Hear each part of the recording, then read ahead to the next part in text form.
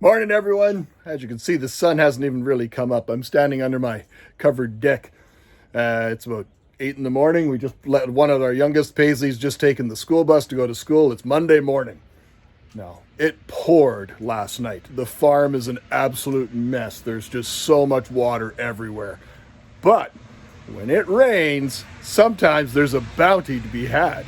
Let's go take a peek.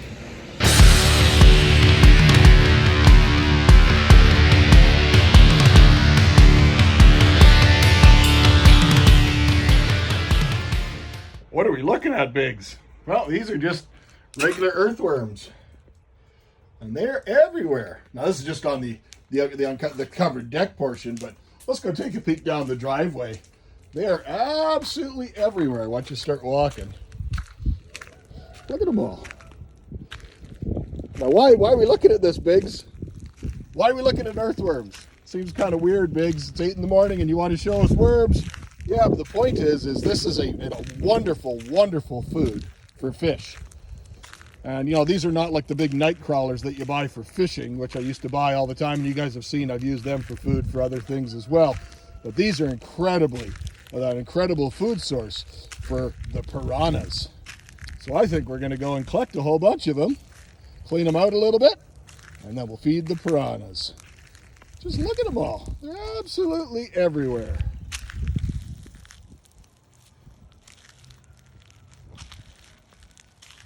And as mentioned in other videos, piranhas are not really the man-eaters that people have made them out to be. They're not they're not fish-driven. You know, that's not their primary diet. Their primary diet would be insects, larvae, worms, and things like that. Things that have made it into the water column.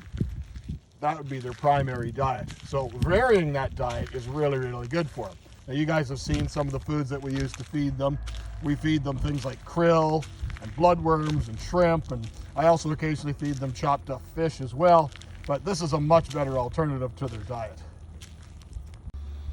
Look at my jar and my forceps. It's just easier to pick them up quicker with forceps than it is with my fingers. Now we're going to go and get a good inch on the bottom of this jar. As you can see, they're pretty plentiful, and we're going to go feed the piranhas. Now the worms, they emerge from their underground layers when it rains, because their holes basically get flooded. And you'll see them on the roads or the driveways, and you'll see them. They'll be really, really plentiful. Now, normally you would take them in the house, and I've done them for years, where you kind of clean them out. You put them on some wet paper towel overnight, and it'll kind of remove any sort of thing. But I live out in the country, so I know there's no pesticides or herbicides or anything like that the animals would have come in contact with. So what I'm going to do is I'm going to take them in the house, and we're just going to rinse them out really, really well. And I'll remove basically all the limestone, because you can see my driveway is just gravel limestone. And now they'll remove all that. The limestone's heavy, they'll stay on the bottom, and then we'll be able to feed them directly to the fish. So here's our bounty. Now, let me hit you with some knowledge. There actually have been research done. There's actually Indian tribes in Venezuela that have used earthworms as a major part of their protein source. Earthworms are like a superfood. They are very high in protein, low in fat, high in iron, and very high in amino acids. And they contain all sorts of minerals and vitamins, such important things such as manganese and zinc. So overall, they're an exceptional component to add to the diet. Hard no. Now, they don't really appeal to me, but the piranhas absolutely love them. Let's get them all cleaned up, and let's feed the piranhas. Now, as I said, normally, I would just basically put them into a Rubbermaid tub with some wet paper towel, let them clean themselves out overnight. That is if it comes from an area that you suspect that there's any herbicides or pesticides. But for me, living out in the country, I just give them a good rinse.